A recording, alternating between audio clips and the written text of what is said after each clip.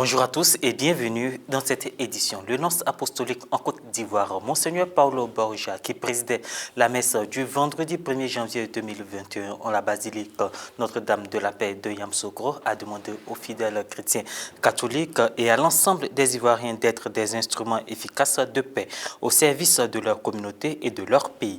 Il a particulièrement insisté sur la partition que doivent jouer les fidèles de l'Église qui, ayant obtenu le pardon de leurs péchés par le Christ, doivent à leur tour pardonner aux autres pour l'édification d'un monde meilleur. Nous qui recevons l'amour et l'amitié de trop de Dieu, vivons dans la fraternité et l'amitié avec les autres. Nous qui obtenons le pardon de nos péchés, pardonnons aux autres. La chapelle du village de Kouamekro dans la commune de Taabo a été consacrée jeudi 31 décembre par l'évêque d'Abbeville, Monseigneur Alessi Touabi Yulo. Au cours de la cérémonie de dédicace, Monseigneur Touabi s'est félicité de l'avancée de l'œuvre de Dieu dans la région. À cet égard, il a félicité ses collaborateurs, les prêtres et les catéchistes pour le bon travail fait et leur a demandé de préserver dans la dynamique créée. À la communauté catholique de Kouamekro, il a rappelé que cette consécration revêt trois symboles sous la forme de rappel. Ainsi, elle est d'abord l'actualisation du mystère de la réincarnation.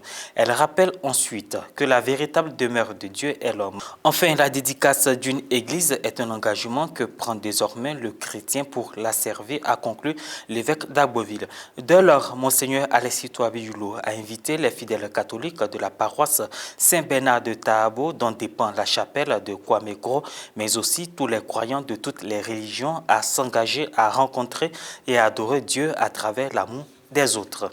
Au Vatican, la prise de possession canonique du nouveau cardinal Enrico Ferrossi au sanctuaire romain du Divin Amour prévu le 4 janvier 2021 a été reportée, indique le Saint-Siège.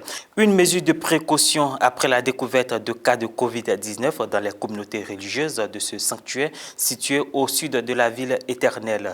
Âgé de 80 ans, le cardinal Enrico Ferrossi a reçu la pourpre cardinalice durant le consistoire du 28 novembre dernier. Le pape François lui a alors assigné sa diaconie, la paroisse Santa Maria del Divino Amore, en lui disant « C'est ta paroisse, le pape a fait cardinal incuré ». Pour le cardinal Enrico Ferrossi, ce choix du pape est un symbole pour tous les prêtres de Rome. Le sanctuaire du Divin Amour est une destination privilégiée des pèlerins romains.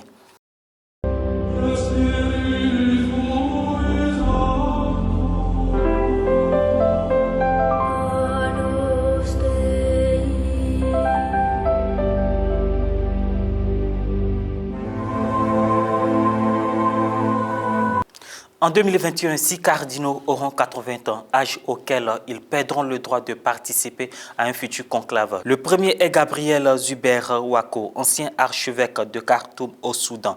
Il aura 80 ans le 27 février 2021. Environ une semaine plus tard, le 8 mars, Wilfrid Napier, archevêque de Durban en Afrique du Sud, aura 80 ans. Puis le 8 juin 2021, l'Australien George Pell franchira le seuil. Pendant des années, il a été préfet du secrétariat à l'économie et membre du Conseil des cardinaux. Le 17 juillet 2021, Maurice Piat, évêque de Port-Louis, aura 80 ans. Il a accueilli le pape à Maurice en septembre 2019. Le 18 août 2021, Beniamino Stella aura 80 ans. Il est préfet de la Congrégation pour le clergé et président de la prestigieuse école de la diplomatie du Vatican.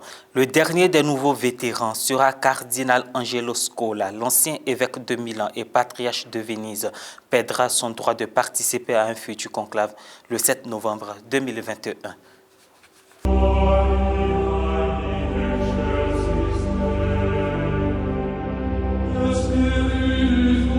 Ainsi prend fin cette édition. Merci de nous avoir suivis. Merci de rester sur Ecclesia TV.